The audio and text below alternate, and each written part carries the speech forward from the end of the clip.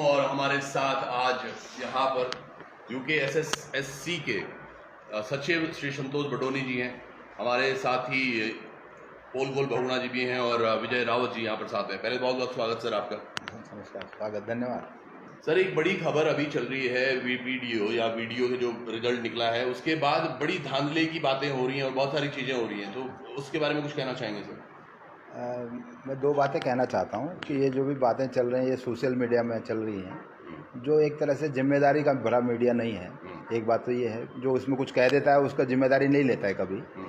और दूसरी बात यह है कि जब कोई भी एग्ज़ाम आप इस तरह का बड़ा एग्ज़ाम करते हैं, बड़ा परिणाम निकालते हैं, तो उसकी तुरंत आलोचना होने शुरू हो जाती है, जो बेसिकली उन कैंडिडेट्स के द्वारा होती है जो उसमें सेलेक्ट नहीं हो पाए हैं। वो इसका कारण एक फ्रस्ट्रेशन हो सकता है या कुछ इंटरेस्टेड पार्टी जो उसमें हो सकती हैं जो इस तरह के बातों को हवा देती हैं। तो इस तरह का जो आलोचना है वो हर परीक्षा में आती है और वो बेसिकली कुछ ज़्यादातर उनमें कोई तथ्य नहीं होता है जी। एक बाहर जो सहायक लेखाकार के कुछ बच्चे इकट्ठा हो रखे हैं, उनको ये डर है कि कहीं सहायक लेखाकार की परीक्षा रद्द ना हो जाए।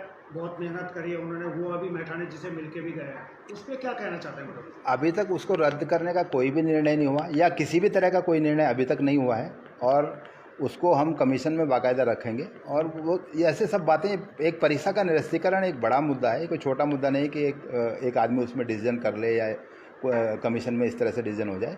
पूरा आयोग बैठकर उसमें पूरे विचार विमर्श के साथ और तथ्यों के साथ डिसीजन करेगा, क्योंकि आप जानते हैं कि आयोग का छोटे से छोटा निर्णय भी जुडिशियल रिव्यू में जाता है।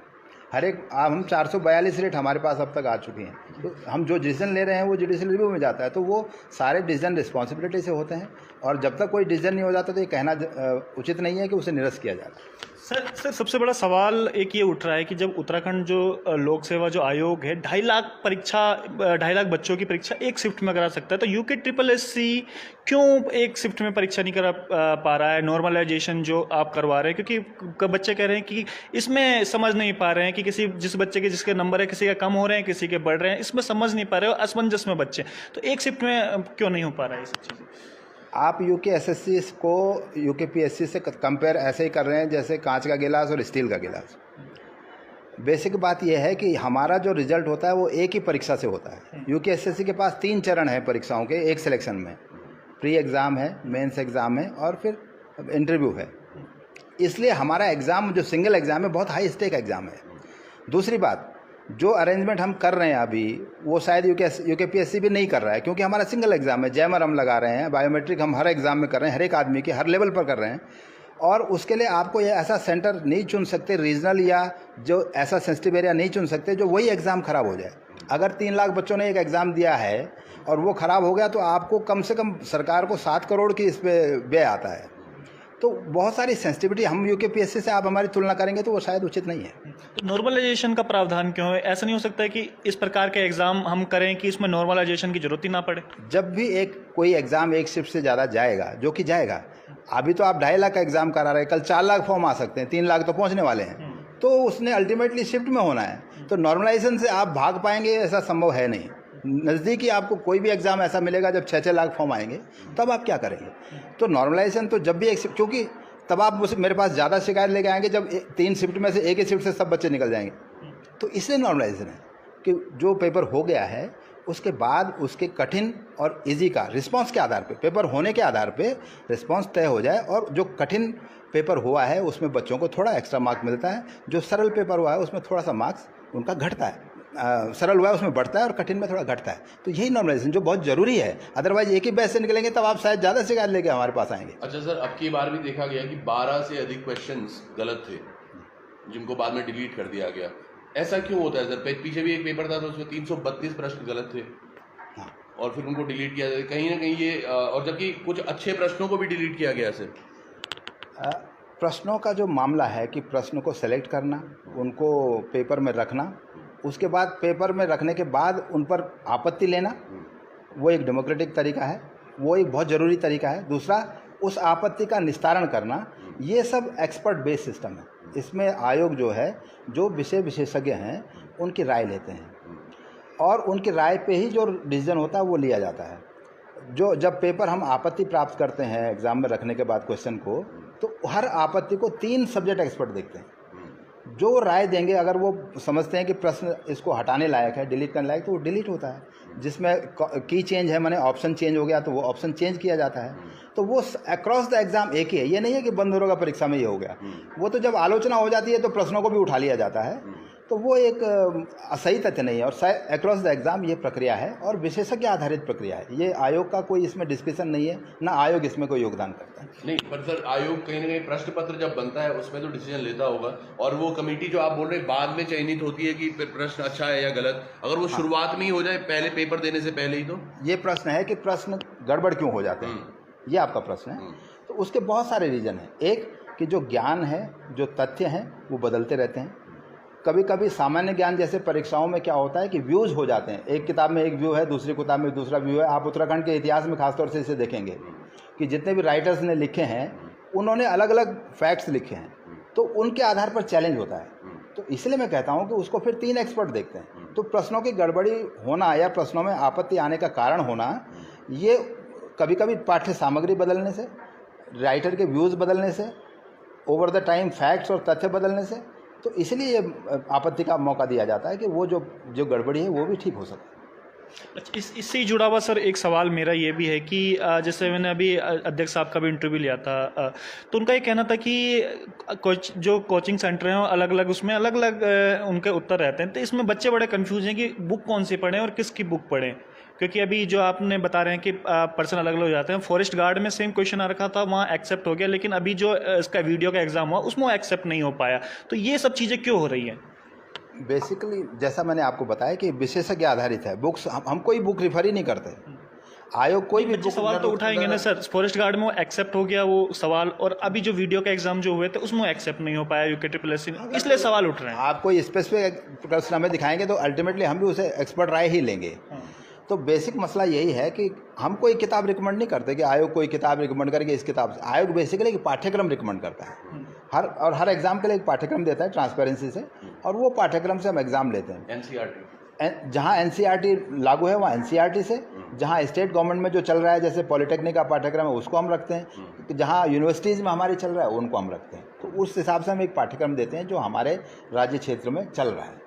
तो हम बाकी बुक्स का रिकमेंडेशन हमारा काम नहीं है। बुक्स तो बच्चों को तैयार करनी है या विशेषज्ञों को रिफ़र करनी है, दोनों वहाँ है। चलिए एक प्रश्न सर, थोड़ा वीडियो पे आ जाते हैं दोबारा। जो अनियमितताएं आप बोल रहे हैं कि अनियमितताएं इस तरह से नहीं हुई हैं, नॉर्मलाइजेशन भी हुआ है, वो ठीक हुआ है या सभी तरीके से, लेकिन कई कतिपय, मैं आपको एक उदाहरण थोड़ी देर पहले भी बोल रहा था, कतिपय ऐसे भी रिजल्ट्स देखने को मिल रहे हैं कि आपके पड़ोस का एक बच्चा जिसको आप बचपन से देखते हुए आ रहे हैं, और वो ना तो पढ़ने में अच्छा था और ना ही किसी और चीज़ में, लेकिन उसका वीडियो में सिलेक्शन हो जाता है, और ऐसे कई टॉप पे बच्चे बैठे हुए हैं, तो उनके बारे में क्या कहेंगे सर? मैं एक बात क्लियर करूंगा कि आयोग किसी भी गड़बड़ी को ख़त्म करने के लिए और या कम करने के लिए प्रतिबद्ध है, और आयोग हर परीक्षा के परिणाम के बाद 15 दिन आपत्ति का समय देता है हर एक कैंडिडेट को। तो कोई कैंडिडेट अगर कोई शिकायत करना चाहता है तो वो तथ्यात्मक शिकायत करे, न कि सोशल मीडिया में अनर्गल बातें करे। जिम्मेदारी उनको भी लेनी चाहिए जिन्होंने देखे। जैसे आप कहें कि कोई पड़ोस में रह रहा है तो दिख गया, तो किसी ने देखा है तो वो उसका बात रखे। हम कहते हैं कि आपका सबका सहयोग चाहिए एग्जाम इम्प्रूव करने के लिए, केवल आयोग ही एक पार्टी नहीं है, इसमें बहुत सारे पक्षकार, आप भी पक्षकार हैं, मीडिया भी एक पक्षकार है, बच्चे भी पक्षकार हैं, और उनको हम बार बार रेफरेंडम लेते हैं। आपने बहुत मौके हुए हैं जब हमने बच्चों से पूछा कि हमें ये करना चाहिए कि नहीं करना चाहिए। तो आयोग सबकी राय से काम कर रहा है और उनको मौका दे रहा है आपत्ति करने के लिए। तो वो ऐसी आपत्ति है तो तथ्यात्मक आपत्ति आयोग को दें तो जरूर आयोग उसमें कार्रवाई। तो ये किस तरीके से दे सकते हैं सर? तो जो किसी को देना होगा वो आपके पास किस तरह से, पत्र के माध्यम से? हाँ, पत्र के माध्यम से दे सकते हैं। हमारा ईमेल हर बच्चे को मालूम है, ईमेल पर दे सकते हैं। तो वो दोनों माध्यम से हमें दे सकते हैं। अभी तक कितनी आपत्ति इस वीडियो वाले मामले की आप तक पहुंची है बटोल जी? अभी 6-7 आपत्तियां मिली हैं, वो ज़्यादातर प्रश्नों से रिलेटेड हैं। जैसे आपत्तियां आपने उठाई वो नहीं हैं, पर प्रश्नों की आपत्ति जैसा मैंने बताया कि वो विषय के आधारित मसला है।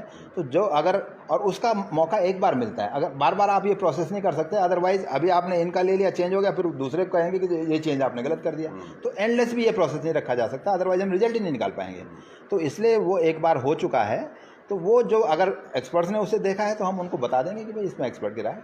तो इसमें आपत्ति के लिए कोई समय सीमा निर्धारित की हुई है कि इतने समय तक आपत्ति लेंगे, जिसकी भी कोई आपत्ति हो इतने तारीख तक दे दें, उसके बाद नहीं ले पाएंगे? जिस दिन हमने रिजल्ट निकाला है उसके 15 दिन तक का समय हम सब रिजल्ट्स में देते हैं। वो दो कारण है उसे देने के। एक कि 2.5 लाख के बच्चों के डेटा के इससे रिजल्ट डेटा से उठाता है रिजल्ट को, तो कोई बच्चा हो सकता है कैटेगरी वाला छूट जाए जिसके नंबर भी हैं, वो आपत्ति करना चाहे। दूसरी तरह की ये आपत्ति हो सकती है जो आप कह रहे हैं कि हमें और आपत्ति है इस परिणाम पर, तो वो आपत्ति भी वो दे सकते। नहीं सर, एक बड़ा, अब ये तो आम जनता है जिनके हम प्रश्न आप तक पहुंचा रहे हैं, उसमें एक ऐसा भी था कि 2016 में एक व्यक्ति ने पेपर दिया था, तब उसका 8वां नंबर आया था, और अब फिर दिया है तो उसका अब 3रा नंबर आया है, जबकि 2016 में अनियमितताओं के बाद वो पेपर कैंसिल करा दिया गया था। तो 2016 से लेकर 2022 तक उस व्यक्ति ने और पेपर नहीं दिए, अगर दिए भी हैं तो मुझे ध्यान शायद आ रहा है कि बंदरोगा में उनके केवल 46 नंबर हैं और यहाँ पर वो टॉप कर रहे हैं। हाँ, तो ये तो ग्रेजुअल बढ़ रहे हैं, आप कह रहे हैं 8 नंबर आए, फिर 46 आए, फिर अब उनके 70-72 नहीं, 8वें नंबर पे, 8वें पायदान पे थे वो पहले। अच्छा, आपके रैंकिंग में 8वें पायदान पे थे, अब की बार वो 3रे पायदान पे हैं, लेकिन इससे पहले जो बंदरोगा पेपर हुआ उसमें 46 नंबर है। ये एक कारण नहीं हो सकता। जो बच्चा 6 साल से तैयारी कर रहा है तो कोई बच्चा कभी भी इम्प्रूव कर सकता है, और एग्ज़ाम, हर एग्ज़ाम अलग अलग होता है। कोई एग्ज़ाम किसी के लिए अच्छा हो जाता है, यही एग्ज़ाम दोबारा होगा तो दूसरे कैंडिडेट के लिए अच्छा हो सकता है। तो एग्ज़ाम का एक एग्ज़ाम, हर एग्ज़ाम अलग है, और हर बच्चा इम्प्रूव करता है तैयारी के साथ साथ। तो ये आप नहीं कह सकते कि उसकी तैयारी नहीं थी इसलिए नहीं हुआ, या कोई गड़बड़ी हो गई। गड़बड़ी का कोई तथ्य होना चाहिए मेरे ख्याल से। बडोनी जी, जिस तरीके की अफवाहें बाजार में हैं, उसके बाद में आयोग क्या निर्णय लेने वाला है? जिस तरीके की अफवाहें चल रही है मार्केट में बीडीओ भर्ती को लेके, क्या कुछ आयोग सोच रहा है, क्या कुछ करने वाले हैं आप? अफवाहों पे निर्णय लेना तो कोई संभव है ही नहीं जी, जब तक तथ्यात्मक बात ना हो, क्योंकि परीक्षा के बारे में ऐसा निर्णय लेना वो उन कैंडिडेट्स के लिए बहुत ज़्यादा घातक हो जाता है जो सेलेक्ट हुए हैं अपनी मेहनत से। तो उनका भी ध्यान रखना बहुत ज़रूरी है, और कोई भी परीक्षा के लिए जांच का या किसी भी बात का निर्णय लेना अफवाह के आधार पर नहीं हो सकता, या सोशल मीडिया में उठाई गई बातों के आधार पर नहीं हो सकता। जब तक कोई तथ्यात्मक हमारे पास कोई बात नहीं है, आयोग उस पर निर्णय नहीं ले सकता। एक सवाल बहुत देर से सर ये लिख रहे हैं कि बहुगुणा जी एक सवाल पूछिए, ये पोस्ट कोड 52 की चयन संस्तुति कब भेजी जाएगी? हाँ, वो तो एक चयन संस्तुति हम भेज चुके हैं, और दूसरी चयन संस्तुति भी शीघ्र जारी करेंगे। चलिए, शीघ्र जारी होगी। चलिए, आप लोगों के अगर प्रश्न है एक प्रश्न मैं भी तब तक पूछ लेता हूँ, एक तो बहुत जल्दी। वन दरोगा का फिजिकल करवाए हुए 3 महीने से रुके हुए हैं हम लोग। हाँ, वन दरोगा में चूँकि माननीय न्यायालय का एक आदेश है कि एक पिटिशनर जो गए हैं उनका मुझे पिटिशन डिसाइड करना है, तो वो भी डिसीजन कुछ दिन में हो जाएगा। उसके बाद वन दरोगा का फिजिकल का कार्यक्रम हम जारी करेंगे। मतलब कब तक आने की उम्मीद है? 10-12 दिन में मुझे उम्मीद है कि ये काम हो जाएगा। पुलिस भर्ती को लेके भी सर बहुत सारे के सवाल है, थोड़ा उस पर भी हमें बता दीजिए। नहीं, पुलिस भर्ती की हम लोग तो तैयारी कर रहे हैं, और उम्मीद है कि जल्दी हम फिजिकल का कार्यक्रम पुलिस विभाग जारी करेगा और हम एडमिट कार्ड जारी करेंगे। सर, जो सबसे बड़ा सवाल आ रहे हैं वो नॉर्मलाइजेशन को लेकर ही आ रहे हैं कि भाई एक इस शिफ्ट में पेपर होना चाहिए, क्योंकि बहुत कंफ्यूज बच्चे इसमें हो रहे हैं। तो कुछ UKSSC भविष्य में ऐसी प्लानिंग कर रहा है कि एक ही शिफ्ट में पेपर कराए जाएं पूरे के पूरे, ताकि एक कन्फ्यूजन उत्पन्न ना हो पाए, किसी के बिल्कुल जिसके जितने नंबर आए हैं उसके उतने नंबर होंगे, कम ज़्यादा नंबर का ये फ़र्क ना पड़े। देखिए, मैंने जैसे आपको बताया, एक शिफ्ट के एग्ज़ाम फ्यूचर में संभव ही नहीं होंगे। खासतौर से ऑनलाइन एग्ज़ाम तो बिल्कुल संभव नहीं है। क्यों? क्योंकि सारे प्रदेश में कंप्यूटर नोड्स ही नहीं है। तो जितने जो इंफ्रास्ट्रक्चर आपके पास दिया है प्रदेश में है, अवेलेबल है, उसी के बारे में आप बात करेंगे। प्लस एग्ज़ाम की प्योरिटी का बहुत बड़ा मसला है। जैसे मैंने आपको बताया, आपने UKPSC और हमें कंपेयर किया, तो वो प्योरिटी ऑफ एग्ज़ाम का मसला हमारे लिए बहुत जरूरी है, क्योंकि हमारे सिंगल एग्जाम से सिलेक्शन। आप उन पे इल्ज़ाम लगा रहे हैं कि प्योरिटी उनकी ट्रांसपेरेंसी नहीं होती। हम इल्ज़ाम नहीं लगा रहे हैं, लेकिन हमारे पास एक ही मौका है। हम ये कह रहे हैं कि हमारे पास एक ही मौका है, तो हमें ज़्यादा सतर्क होने की ज़रूरत है। इल्ज़ाम का तो सवाल ही नहीं है। UKPSC भी बहुत अच्छा सिलेक्शन कर रही है, पर हमारे पास एक है, उनके पास और सारे मौके हो सकते हैं, लेकिन हमारे पास एक मौका है सिलेक्शन का, एक स्टेप है। तो उसी स्टेप को टाइट रखना हमारे लिए बहुत ज़रूरी है, और वो एग्ज़ाम कराने से ज़्यादा ज़रूरी ये बात होती है। एग्ज़ाम तेज़ी से कराएं, बल्क में करा दें, उससे ज़्यादा ज़रूरी होता है कि प्योरिटी से एग्ज़ाम हो। तो इसलिए आप ये नहीं कह सकते कि मल्टीपल शिफ्ट के एग्ज़ाम नहीं होंगे। मल्टीपल शिफ्ट के एग्ज़ाम होंगे, और उनमें नॉर्मलाइजेशन होगा। हाँ, अब नॉर्मलाइजेशन बच्चे रेलवे का भी एग्ज़ाम दे रहे हैं, SSC का भी एग्ज़ाम दे रहे हैं, जिसमें 100 शिफ्ट होती हैं। तो वो बता सकते हैं हमें कि वहाँ के फॉर्मूला और हमारे फॉर्मूला में क्या फ़र्क हो रहा है, क्या उन्हें इससे कोई दिक्कत है। अगर कोई दिक्कत नहीं है तो जो सिद्धांत पूरे भारत में चल रहा है वो सिद्धांत यहाँ भी चलेगा, और चलना चाहिए। इसको कोई बच्चों को भी स्वीकार करना चाहिए, इसमें कोई मैं गलती नहीं समझता। सहायक लेखाकार को लेकर बहुत सारे के बच्चे लिख रहे हैं सर, इसके परिणाम कब जारी हो?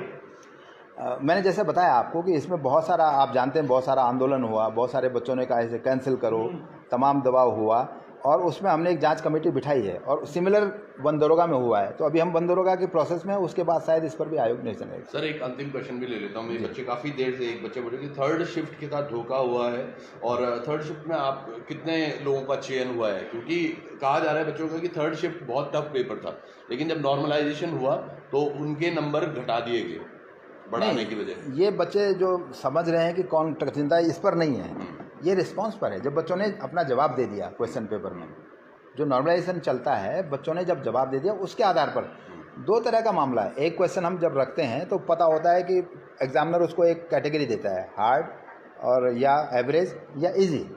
लेकिन जब आप एग्ज़ाम हो जाता है तो वही हार्ड इजी हो जाता है रिस्पांस के बाद, उसको ज़्यादा बच्चे अटेम्प्ट करते हैं।